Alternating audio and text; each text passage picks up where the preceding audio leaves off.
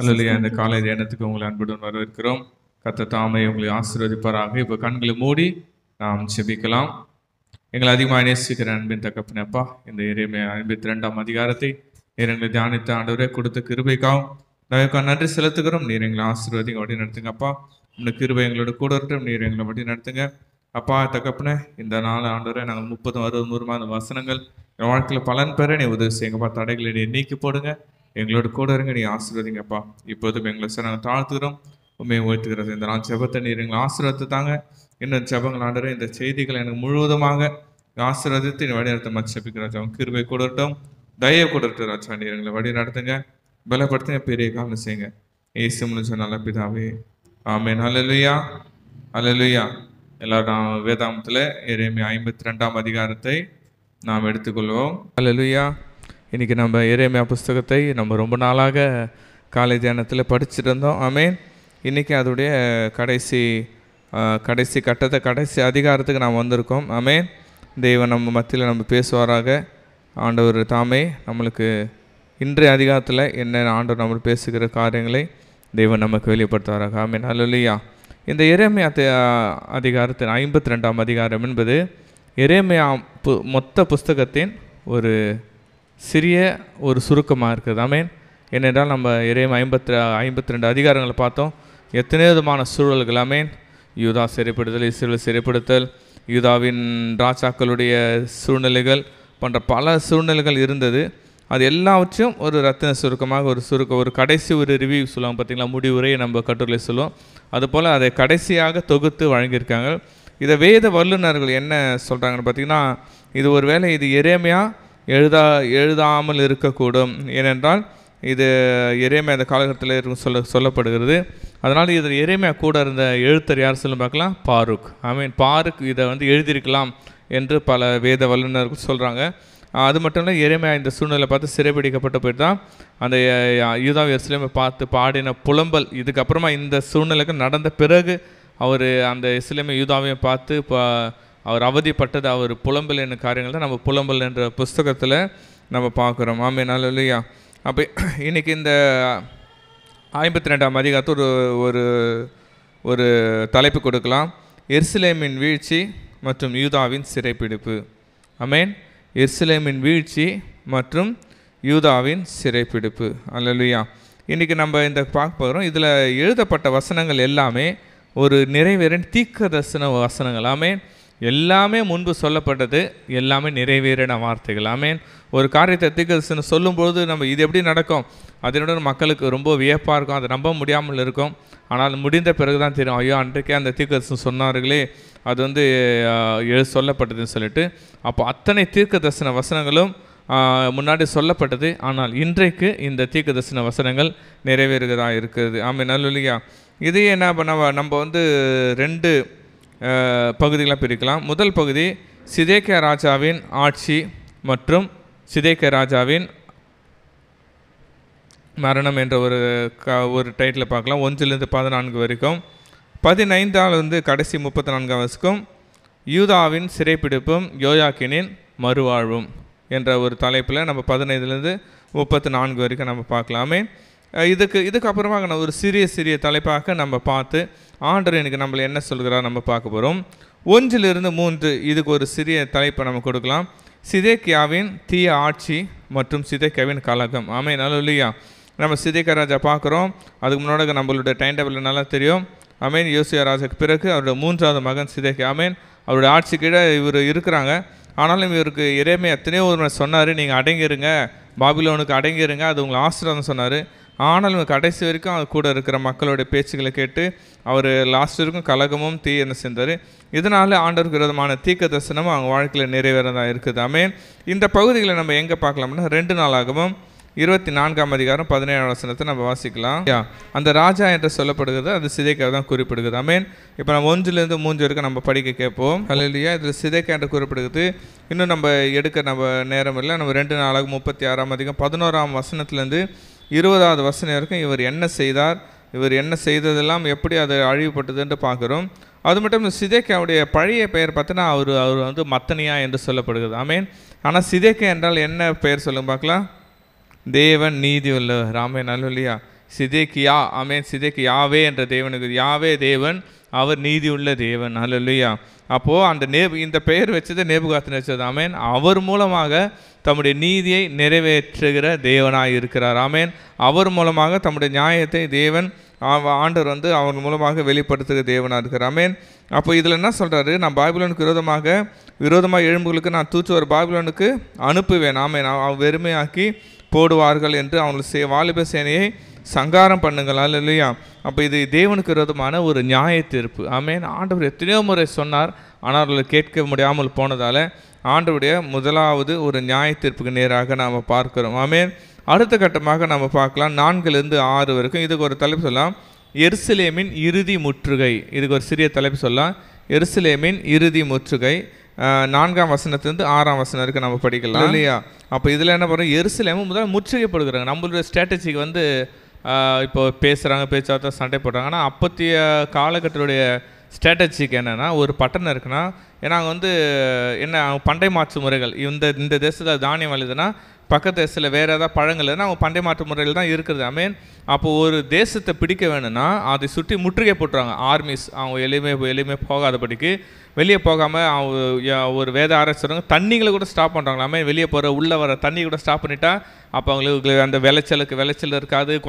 கொஞ்சமாக அதை அவர்களை அடிமைப்படுத்த கொஞ்சம் கொஞ்சமாக அதை பாரப்படுத்திகிட்டே இருக்கும். காரணம் தண்ணிகள் இருக்காது, அப்புறம் விளைச்சல் இருக்குது, அப்புறம் தானியம் இருக்காது. அவள் இருக்கிறத சாப்பிட்டு கடைசி நிலைமை. அப்போ எருசலேமை இவர்கள் என்ன பண்ணுறாங்களா, முற்றிலுமாக போடப்பட்டது. ஆமென். அல்லேலூயா. அப்போ அடுத்து நம்ம ஒரு பாட்டு நம்ம பார்க்கலாம். 7ஆம் வசனத்திலிருந்து 16ஆம் வசனம். சிதேக்கியா ராஜாவின் சிறைப்பிடிப்பு நம்ம பார்க்கலாம். இதில் பார்க்குறோம் சிதேக்கியா ராஜாவின் நியாய தீர்ப்புங்கிறது நிறைவேறுகிறது. ஆமென். அல்லேலூயா. அப்போ சிதேக்கியா ராஜா முன்பாக சொன்னார் ஆண்டவர் கீழ்ப்படி என்று. ஆனால் அவர் கீழ்ப்படியாமல் கடைசி இருக்க ஒரு முரட்டாட்டம். என்ன, நான் ஆண்டோட சொல்லுக்கு கீழ்ப்படிய மாட்டேன், கீழ்ப்படி. அதனுடைய விளைவு தான் நம்ம பார்க்குறோம். ஏன்னா ஒரு சிதேக்கியா அவர் வந்து பிழைப்பட்டு கண்களுக்கு பிடிவிட்டு தன் மரண வரைக்கும் என்ன இருக்க சிறையிருப்பில் தான் இருக்கிறார். ஆமென். அல்லேலூயா. இதே தான் நம்ம எசேக்கியேல் புஸ்தகம் நான் படிக்கிறது நேரம் மிஸ் போயிடலாம். எசேக்கியேல் தீர்க்கதரிசி புஸ்தகம் 12ஆம் அதிகாரத்தில் 13ஆம் வசனத்தில் கர்த்தரே சொல்லியிருப்பார், நான் அங்கே கொண்டு போவேன், என்னை காண மாட்டான், இதை செய்வான்னு சொல்லிட்டு அந்த வாக்குத்தத்தங்கள் எல்லாமே தீர்க்கதரிசன வசனங்கள் எல்லாமே நிறைவேறின வசனங்களாக இருக்கிறது. ஆமென். அல்லேலூயா. அப்போ இதுலேருந்து ஆண்டவர் நமக்கு என்ன சொல்லுகிறார்? ஆமென். ஆண்டவர் நம்ம எத்தனை முறை நம்ம வார்னிங் பண்ணுறார். ஆமென். இதை செய்யாத மகனே, அதை செய்யாத மகளே. ஆனால் நம்முடைய இருதய கடினத்தை நிமித்தம் அதை நம்ம திரும்ப செய்யும்போது அது நம்ம நியாய தீர்ப்புக்கு நேராக நம்மளை கொண்டு போய் விடுகிறது. ஆமென். அல்லேலூயா. அப்போ இன்றைக்கி என்ன நம்ம தீர்வு செய்யணும்? ஆண்டவரே, உம்முடைய காரியத்துக்கு, உம்முடைய எச்சரிப்புக்கு நான் என்னை செவி கொடுக்குறேன். ஆமென். உம்முடைய நியாய தீர்ப்புக்கு வராததுக்கு முன்பாக ஆண்டவர் நம்மளுக்கு அநேக விஷயங்களையும் சொல்லியிருப்போம். ஆமென். தமிழில் சொல்லல, வருமுன் காப்போம். ஆமென். ஒரு காரியம் வருதுன்னா அதை முன்னாடி எச்சரிக்கை கொடுத்து செய்கிறாங்க. ஆமென். இப்போ வந்து நம்ம முன்னாடி காலகட்டத்தில் மழை எப்போ வருது, எந்த புயல் வருதுன்னு அவங்களால தோராயமாக தான் கணிக்க முடியும். ஆனால் இப்போ ரொம்ப எக்ஸாக்டாக சொல்கிறாங்க. ஆமென். ஆனால் எக்ஸாக்டாக சொன்ன பிறகும் ஒரு சில அழிவுகள், ஏன் அவங்களுடைய அசாதாரணம், அதெல்லாம் எப்படி வரும் பார்த்துக்கலாம். ஆமென். அதெல்லாம் அவங்க சொல்லுவாங்க அதெல்லாம் நடக்காது என்று. ஆனால் ஆமென், அவள் இவ்வளோ தீர்க்கமாய் சொல்லியும் அதை அவர்கள் உதாசீனப்படுத்தும் போது, அதை அவன் கேர்லெஸ்ஸாக எடுக்கும்போது கண்டிப்பாக அது அவர்களுக்கு அழிவை ஏற்படுத்துகிறது. ஆமென். அப்போ சிதேக்கியாவுடைய வாழ்க்கை நம்மளுக்கு எல்லாமே ஒரு எச்சரிப்பாக தான் ஆண்டு சொல்கிறார். மகனே, நான் உனக்கு சொல்லுகிற காரியங்கள் அது எச்சரிப்பாக இருக்கிறது, தயவுசெய்து கீழ்ப்படி. ஆமென். அல்லேலூயா.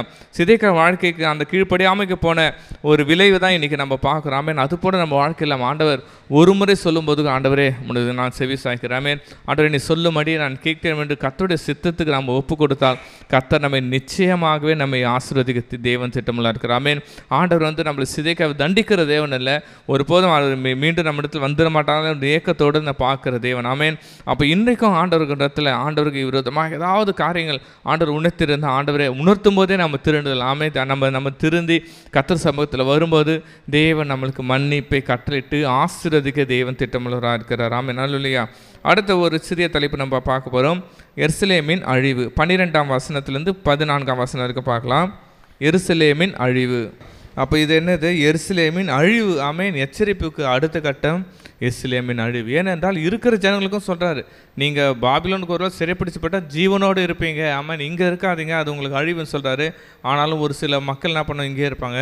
அப்போ எருசலேம் எல்லாரும் அந்த காலி பண்ணிட்டு கடைசி கட்டமாக என்ன பண்ணுகிறான்?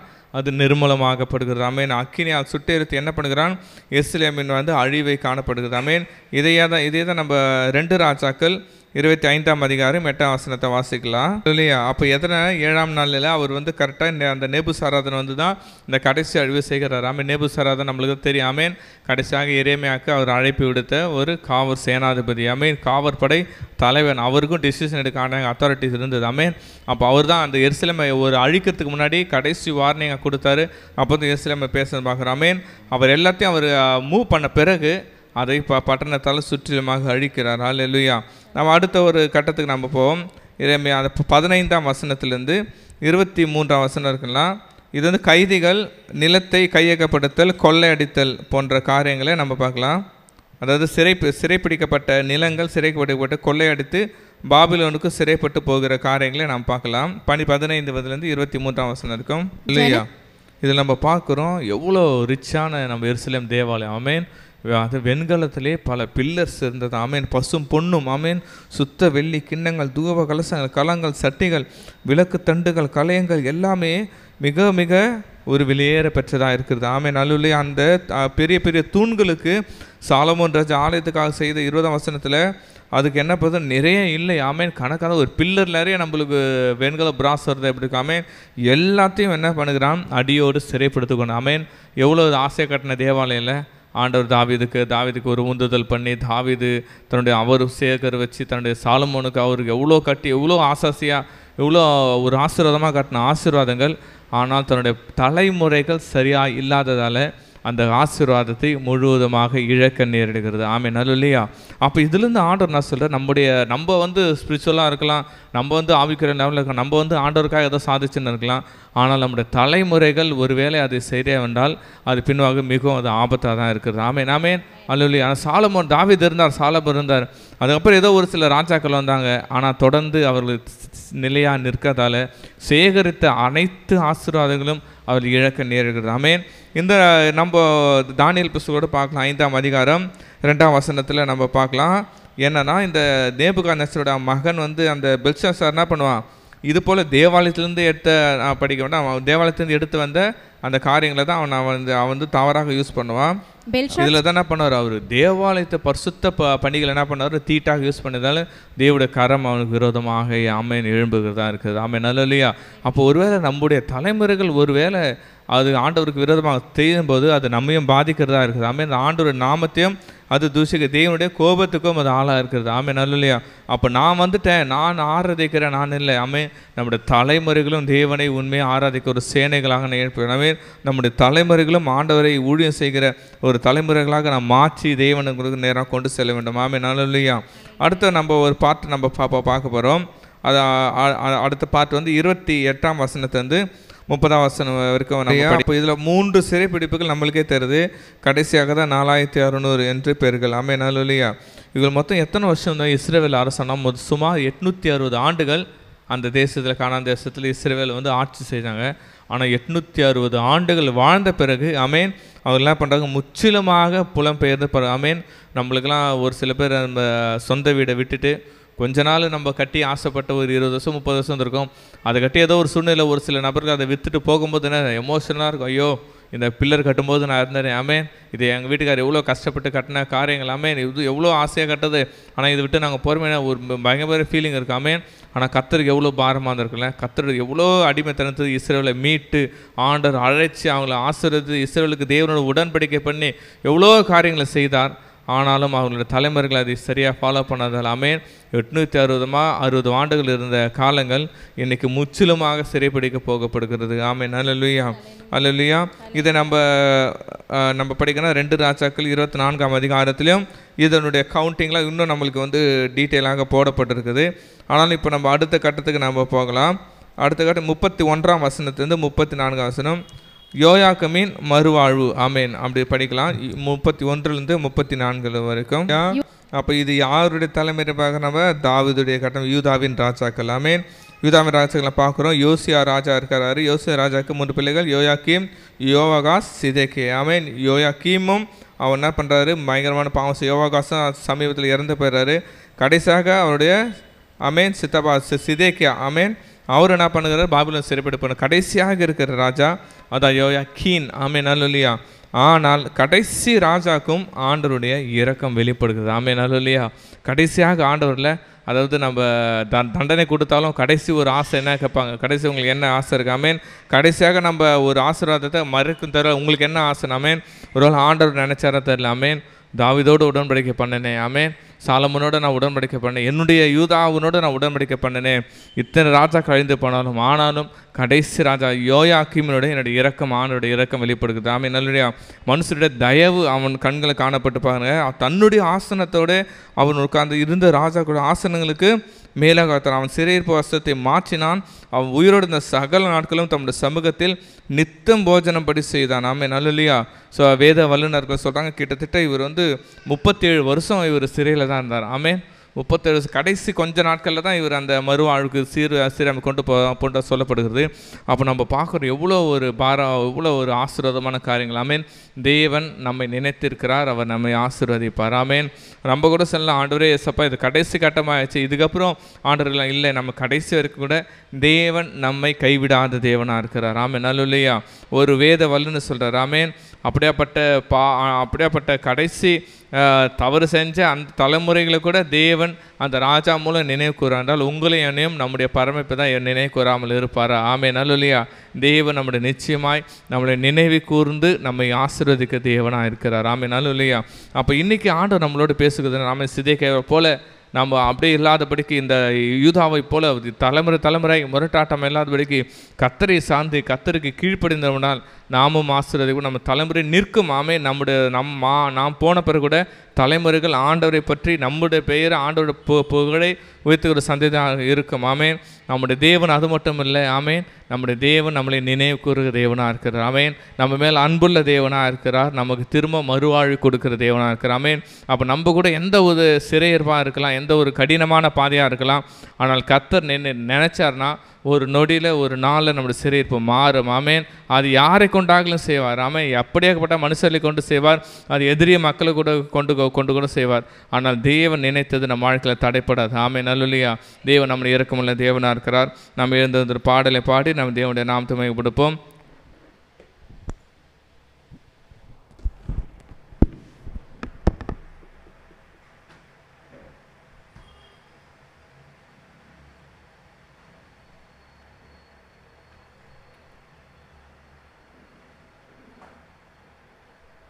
என்னை காண்பவரே என்ற பாடலை நாம் இருந்தின. அப்பா, என்னை காண்பவரே உமக்கு நான் நன்றி சொல்லிட்டு கர்த்தர் சமூகத்தில் நம்ம தாழ்த்தி நம்ம ஒப்பு கொடுக்கலாமா?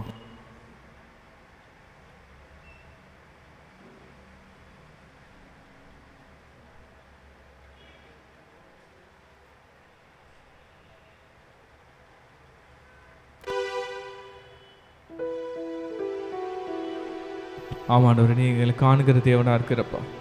எங்கள் வாழ்க்கையில் எத்தனை நெருக்கங்கள் வந்தாலும் தகப்பனப்பா, நாங்கள் உம்முடைய விட்டு நாங்கள் ஒருவேளை தூரம் போயிருந்தாலப்பா, இன்று உங்கள் சமூகத்தில் வந்து தகப்பனே எங்களை அர்ப்பணிக்கிறப்பா. உங்களை நீங்கள் எத்தனை முறை ஆண்டவரே ஏசப்பா நீர் எங்களை உணர்த்திருந்தாலும் அப்பா, எங்களுக்குள்ளே இருக்கிறப்பா இருமாப்பை நீர் ஆண்டவரே எங்களை எடுத்து போடுங்கப்பா. எங்களுக்குள்ள முரட்டாட்டத்தை எடுத்து போடுங்கப்பா. உண்மை நாங்கள் துதிக்கிறப்பா, உங்களை நாங்கள் தேடனப்பா, உங்களை தொழுது கொள்ளனப்பா, உங்கள்ட்ட நெருங்கி சேரணும் தகப்பனப்பா. என்னை காப்பவரே, என்னை காண்பவரேப்பா, என்னை ஆராய்ந்து அறிந்திருக்க தேவனே அப்பா, என்னை உங்களுக்கு அர்ப்பணிக்கிறேன் என்று ஆண்டு சமூகத்தில் நம்ம தாழ்த்தலாமா? என்னை காண்பவரே, தினம் காப்பவரே, என்னை காண்பவரே, தினம் காப்பவரே, ஆராய்ந்து அறிந்திருக்கின்றே, சுற்றி சுற்றி சூழ்ந்திருக்கின்றே, ஆராய்ந்து அறிந்திருக்கின்றே, சுற்றி சுற்றி சூழ்ந்திருக்கின்றே, நான் அமர்வதும் நான் எழுவதும் நன்றாய் நீர் அறிந்திருக்கின்றே. நான் எழுவதும் நான் அமர்வதும் நன்றாய் நீர் அறிந்திருக்கின்றே. என்னை காண்பவரே இயேசுவே, தினம் காப்பவரே, என்னை காண்பவரே, தினம் காப்பவரே. ஹல்லேலூயா. அப்பா பிதாவே, உமக்கு நன்றி செலுத்துகிறோம். இந்த நாளிலும் கூட எரேமியா 52வது அதிகாரம் மூலமாக எங்களோடு கூட நீர் பேசினீரே ஆண்டவரே. உம்முடைய சித்தத்தை அறிந்த பிள்ளைகளாய் நாங்கள் நடந்து கொள்ள வேண்டும் என்பதை குறித்து இன்றைக்கு எங்களுக்கு ஒரு உணர்வுள்ள ஆவியை கர்த்தர் கொடுத்ததற்காக நன்றி செலுத்துகிறோம். இந்த வேளையிலும் கூட பரிசுத்த ஆவியானவர் எங்க மத்தியில் அசைவாட போகிற கிருபைகளுக்காக நன்றி செலுத்துகிறோம். இயேசுவின் ரத்தம் ஜெயம், இயேசுவின் நாமத்தினால் பிதாவே, ஆமென். எரேமியா 52வது அதிகாரம் வசனங்கள் 12, 13. 5ஆம் மாதம் 15ஆம் தேதியிலே பாபிலோன் ராஜாவுக்கு முன்பாக நிற்கிறவனாகிய காவற் சேனாதிபதியான நேபுசதான் எருசலேமுக்கு வந்தான். அது நேபுகாத் நேச்சார் என்னும் ராஜா பாபிலோனை அரசாளுகிற 19ஆம் வருஷமாயிருந்தது. அவன் கர்த்தருடைய ஆலயத்தையும் ராஜாவின் அரண்மனையும் எருசலேமில் உள்ள எல்லா வீடுகளையும் ஒவ்வொரு பெரிய மனுஷருடைய வீட்டையும் அக்கினியில் சுட்டெரித்து போட்டான். இந்த நாளில் கூட நம்ம பார்க்கிறோம், எரேமியா தீர்க்க தரிசனம் மூலமாக ஆண்டவர் வந்து நம்மோடு கூட இடைபெறுகிறாரு. இந்த நாளில் பார்த்தீங்கன்னா இங்கு செதேக்கியாவுடைய விளைவை குறித்து நம்ம பார்த்தோம். செதேக்கியா ஆண்டவரால் வந்து தெரிந்து கொள்ளப்பட்ட ஒரு ராஜாவாக இருந்தும் அவன் ஆண்டவருடைய சித்தத்தை அறியாமல் அவன் வந்து ஆண்டவருடைய சித்தத்துக்கு விரோதமாக முரட்டாட்டம் பண்ணின நிமித்தம் அவனுக்கு வந்த விளைவுகளை குறித்து பார்த்தோம். ஆண்டவர் அநேக வருடமாய் எரேமியா மூலமாக தீர்க்க தரிசனம் உரைத்து கொண்டே இருக்கிறாரு. என் யூதா மக்களே, எருசலேமே, நீங்க பாபிலோன் ராஜாவுக்கு நீங்க கட்டுப்பட்டு நடங்க. பாபிலோன் ராஜ்யத்திற்கு நீங்க கீழ்ப்படிந்து நடக்கும் போது உங்களுடைய ஜீவன் காப்பாற்றப்படும். நீங்க எகிப்து நம்பாதீங்கன்னு. ஆனா இந்த சிதேக்கியா ராஜா பாபிலோன் கையில வந்து சரண்டர் ஆகாம, பாபிலோனுக்கு உட்பட்டு நடக்காம, எகிப்தை நோக்கி உண்மையான தேவனை விட்டு எகிப்தை நோக்கி எகிப்தை சார்ந்து வாழ்ந்ததுனால இன்றைக்கு அவனுடைய முடிவு பரிதாபமான நிலையில காணப்படுகிறது. இன்றைக்கு ஆண்டவர் நம்மோடு கூட இடைபெற்று கொண்டிருக்கிறார். ஒருவேளை நாமும் கூட சிதேக்கியா ராஜாவை போல ஆண்டவருடைய சித்தத்தை அறியாமல் நம்மளுடைய சுய வழிகளில் நம்ம சென்று கொண்டு இருந்தோம் என்றால் இன்றைக்கு கர்த்தர் நம்மோடு கூட பேசுகிறார். நாம் சிதேக்கியா ராஜாவை போல அல்ல, அவருடைய சித்தத்தை உணர்ந்தவர்களாய் அவர் பக்கமாய் நாம் திரும்ப வேண்டும் என்று கர்த்தர் சொல்லுகிறாரு. இந்த நேரத்தில் கூட என்னுடைய சாட்சியை நான் பகிர்ந்து கொள்ள விரும்புகிறேன். இந்த வேலையில கூட ஆண்டவர் வந்து எனக்கு உணர்த்துகிற காரியம் வந்து என்னுடைய குடும்பத்தை பற்றின காரியத்தை எனக்கு ஆண்டவர் உணர்த்தினார். அநேக தடவை என்னுடைய ஆவிக்குரிய பெற்றோர்கள் வந்து என்னுடைய கணவருக்கு நான் கீழ்பட்டு நடக்கணும்னு சொல்லும் போது அது எனக்கு ரொம்ப கடினமாக இருக்கும். அதுதாம்மா உனக்கு ஆசீர்வாதம், அதுதான் உன்னுடைய வீடு, உன்னுடைய கணவர் சொல்வதை நீ கேட்க வேண்டும் என்னும் போது எனக்கு ரொம்ப கஷ்டமாக இருக்கும். ஆண்டவரே, நானே நல்லா வந்து நான் முடிவெடுக்கிறேனே, ஆனால் அவர் கையில் நான் ஏன் கட்டுப்பட்டு நடக்கணும் அப்படின்ட்டு நான் சுயநலமாக நான் நிறைய நேரத்தில் முடிவெடுத்தது உண்டு. அதனுடைய விளைவு எங்களுக்குள்ள சமாதானம் இல்லாமல் அதிகமான பிரிவினையை வந்து அது கொண்டு வந்ததாய் ஒரு சூழ்நிலையாய் அமைந்தது. ஆனால் என்றைக்கு நான் வந்து ஆண்டவருக்கு நான் வந்து அவருடைய வார்த்தையை கேட்டு நான் கீழ்ப்படிய ஆரம்பித்தேனோ அன்றையிலிருந்து அந்த சமாதான குலைச்சல்லாம் மாறி கொஞ்சம் கொஞ்சமாக குடும்பத்தில் வந்து ஒரு நல்ல உறவை வந்து ஆண்டவர் கட்டளையிட்டார். சமாதானத்தை வந்து ஆண்டவர் கட்டளையிட்டார். இந்த நாளில் கூட ஒருவேளை நம்ம சிதேக்கியாவை போல ஆண்டவருடைய சித்தத்திற்கு நம்ம உட்படாமல் நம்மளுடைய சுய வழிகளை நம்ம போய்கொண்டு இந்த வேளையில நம்மை நாம் அர்ப்பணிப்போம். இந்த வேளையில கூட நம்ம அப்படியே எழுந்து நின்று நம்ம ஒரு விசையாக நம்ம முன்பாக வந்து நம்ம ஆண்டவர்கிட்ட சொல்லலாமா? ஆண்டவரே, இதோ நான் சிதேக்கியா ராஜாவை போல இருக்கக்கூடாதுப்பா. உம்முடைய சித்தத்தை அறியாத ஒரு நபராய் இருக்கக்கூடாது. உம்முடைய சித்தத்தை அறிந்து ஆண்டவரே உம்முடைய சித்தத்தின் படி வாழ நீங்க உதவி செய்யுங்க. நாங்க மாத்திரம் அல்ல, எங்களுக்கு பின்வர போகிற சன்னதி கூட உம்முடைய சித்தத்தை அறிய வேண்டும் என்று நம்மை நாமே விட்டு கொடுத்து இந்த வேளையில நம்ம ஜெபிப்போமா? இதோ இந்த வேளையில நம்ம கைகளை உயர்த்தி ஆண்டவருக்கு நேராக நம்ம சொல்ல போகிறோம்.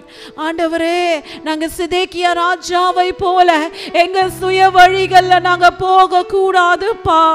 அப்பா, உண்மையான தேவனாகிய உம்மை விட்டு எகிப்தை நோக்கி நாங்க போக கூடாது.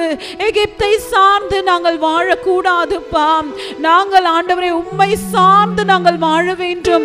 அது மாத்திரமல்ல, எங்க முழு சன்னதியே, எங்களுக்கு அடுத்து வரப்போகிற எங்களுடைய ஆண்டவரே அடுத்த சன்னதியை ஆண்டவரே அப்பா நாங்க உமக்கு நேராய் வழி நடத்துவோம் என்று நம்ம அப்படியே அர்ப்பணித்து நாம் ஜெபிப்போமா? எண்ணங்கள் ஏக்கங்கள் எல்லாமே அறிந்திருக்கின்றே. எண்ணங்கள் ஏக்கங்கள் எல்லாமே அறிந்திருக்கின்றே. நடந்தாலும் படுத்தாலும் அப்பா நீர் அறிந்திருக்கின்றே. நன்றி ராஜா இயேசு ராஜா, நன்றி ராஜா இயேசு ராஜா, என்னை காண்பவரே, தினம் காப்பவரே, என்னை காண்பவரே,